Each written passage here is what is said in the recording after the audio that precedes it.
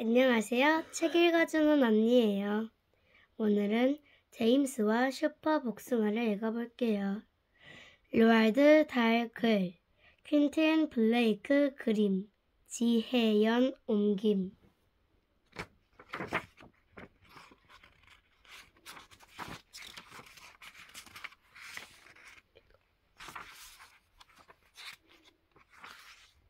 짓궂은 운명의 장난. 4살까지만 해도 제임스 헨리 트로터는 행복한 아이였다.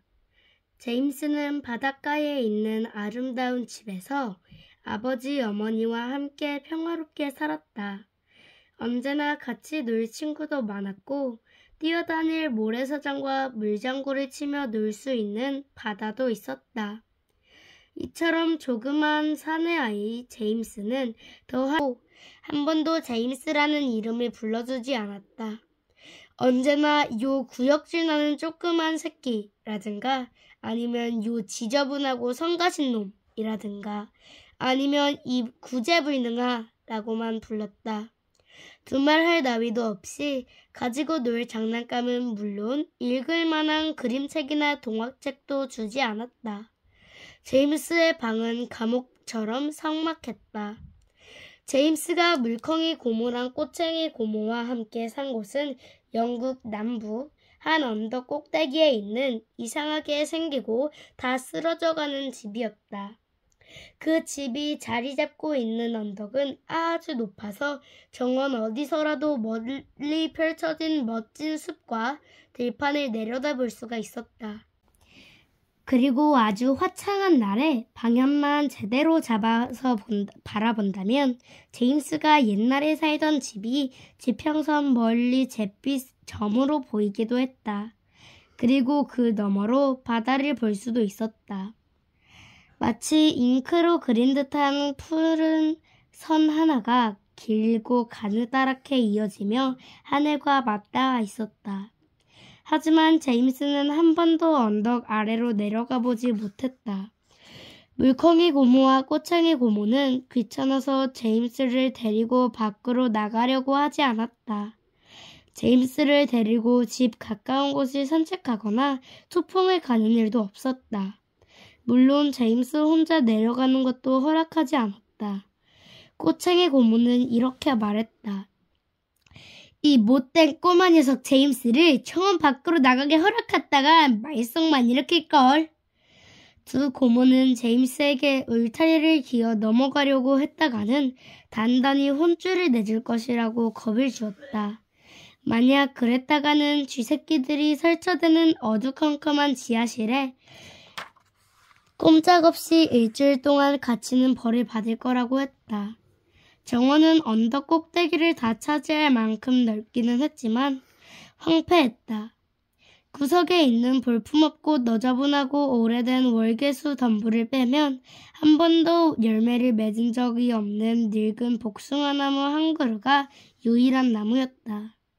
그네도 없고 시소나 모래판도 없고 가엾은 제임스와 친구할 만한 아이가 언덕을 찾아오는 일도 없었다. 같이 놀만한 강아지나 고양이도 찾아볼 수 없었다. 시간이 갈수록 제임스는 점점 더 슬프고 외로웠다.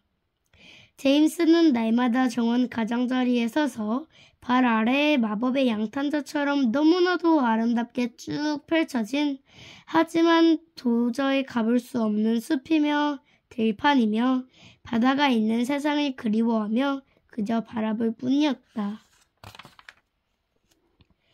2. 물컹이 고모와 꼬챙이 고모. 제임스가 두 고모와 꼬박 3년이나 살고 난 어느 날 아침 제임스에게 조금 이상한 일이 일어났다. 내가 그저 조금이라고 하는 까닭은 그 일이 일어나고 나서 곧바로 몹시 이상한 두 번째 일이 일어났기 때문이다. 그러고는 그 몹시 이상한 일이 일어나고 나서 환상적으로 이상한 세 번째 일이 잇따라 일어났다. 이 이상한 모든 일들은 불볕 더위가 한창인 한여름에 일어났다. 물컹이 고모와 꼬챙이 고모 그리고 제임스까지 세 사람 모두 정원에 나와 있었다.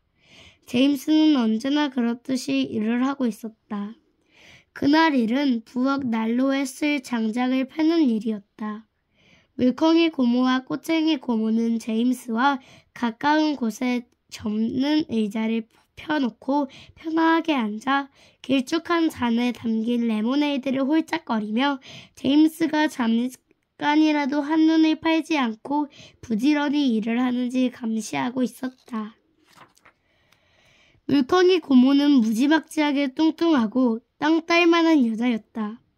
돼지 눈처럼 조그만한 눈에 입은 합죽했으며 얼굴은 막 삶아서 건져낸 것 같이 푸석푸석했다. 너무 오래 삶아 물컹물컹해진 허연 양배추 같은 꼴이었다. 꼬챙이 고모는 정반대로 홀쭉하게 큰 키에 뼈만 앙상했다. 꼬챙이 고모는 쇠퇴 안경을 걸치고 있었는데 그 안경은 클립으로 코끝에 고정되어 있었다. 목소리는 째지는 듯했고 쭉 찢어진 입에는 언제나 침이 고여 있었는데 화를 내거나 흥분하면 말할 때마다 침이 마구 튀었다. 흉측하게 생긴 이 두 마귀의 놈들은 퍼질러 앉아서 음료수를 홀짝이며 생각날 때마다 제임스한테 빨리빨리 장작을 패라고 고함이 쳤다. 두 고모는 자신들이 얼마나 아름다운지에 대해 떠들어댔다. 물컹이 고모는 무릎 위에 긴 손잡이가 달린 거울을 놓아두고 있다가 연신 집어들고선 끔찍하게 생긴 자신의 얼굴을 들여다보았다. 물컹이 고모는 큰 소리로 읊었다. 내 모습은 아름다운 장미 같아. 이 자태, 이 향기. 내 얼굴을 찬찬히 뜯어봐. 이 오뚝한 콧날, 신이 내려준 비단 같은 머릿결. 양말을 벗어볼까? 앙증맞은 발가락이 보일걸? 꼬챙이 고모가 큰 소리로 비꼬았다. 하지만 잊지 마라 얘야. 네 배가 얼마나 볼록 나왔는지. 그 말을 들은 물컹이 고모의 얼굴은 사과처럼 시뻘개졌다. 꼬챙이 고모는 계속해서 떠들어댔다. 사랑하는 동생아, 넌 내 경쟁 상대가 못 돼. 이 우아한 몸매, 가지런한 이와 매혹적인 미소. 아, 아름다워라. 나 자신도 반할 내 모습. 턱 밑에 여드름은 애교로 봐줘. 물컹이 고모도 질세라 말소리를 높였다. 저런 늙어 빠진 송어같이 생겨서는 살과죽과 뼈가 붙어버린 것도 모르고 내 아름다움은 할리우드만이 진정으로 알아줄 텐데. 아, 그럼 더하이나 왜 없을 거야.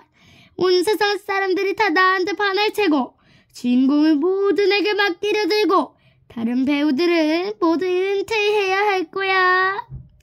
꼬챙이 고모가 또다시 비꼬았다. 그래, 넌 내가 생각해도 프랑켄슈타인 역에는 기가 막히게 어울리겠다. 가엾은 제임스는 여전히 노예처럼 장작을 패고 있었다. 숨막히게 더운 날이었다. 제임스는 땀을 뻘뻘 흘렸다. 팔이 쑤셨다. 제임스가 쓰는 도끼는 어린 아이에게는 너무 무겁고 컸으며 나이도 무뎠다. 제임스는 이 일을 하면서 이 세상의 다른 아이들은 생각해 보았다. 이 시간에 다른 아이들은 뭐라고 했을까 궁금해졌다. 어떤 아이들은 자기 집 정원에서 세발 자전거를 타고 있을 것 같았고, 어떤 아이들은 서늘한 숲속을 거닐며 들꽃을 한 알음씩 꺾고 있을 것 같았다.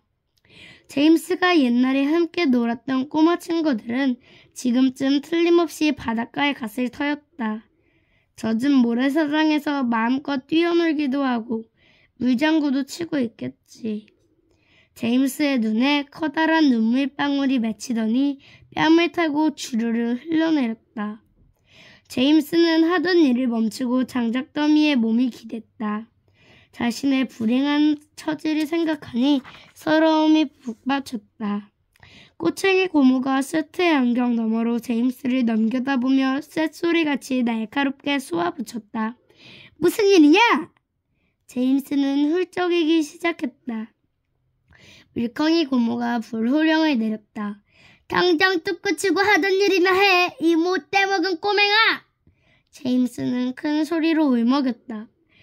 아, 물고기 고모, 꼬챙이 고모, 제발 딱 한 번만이라도 이 버스를 타고 바닷가에 가면 안 될까요? 그렇게 멀지도 않잖아요. 정말 너무 덥고 외로워서. 꼬챙이 고모가 소리쳤다. 이런 게으르가 아무짝에도 쓸모없는 망나니 같은 애! 물컹이 고모도 한마디 거들었다. 저 녀석 매 좀 맞아야겠어. 꼬챙이 고모는 큰 소리로 맞장구 쳤다. 당연하지. 꼬챙이 고모는 제임스를 뚫어져라 쳐다보았다. 제임스도 겁먹은 눈으로 꼬챙이 고모를 바라보았다. 꼬챙이 고모가 말했다. 이따가 저희가 좀 가시고 가면 두들겨 맞을 줄 알아. 당장 내 눈앞에서 꺼져. 이 구역질 나는 버러지 같은 놈아. 내 꼴을 안 봐야 내 속이 편안하겠다. 제임스는 돌아서서 달렸다.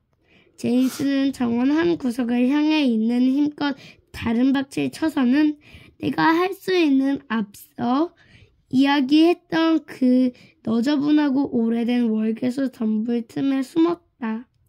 제임스는 두 손에 얼굴이 파묻고 울기 시작했다. 제임스는 한없이 울고 또 울었다.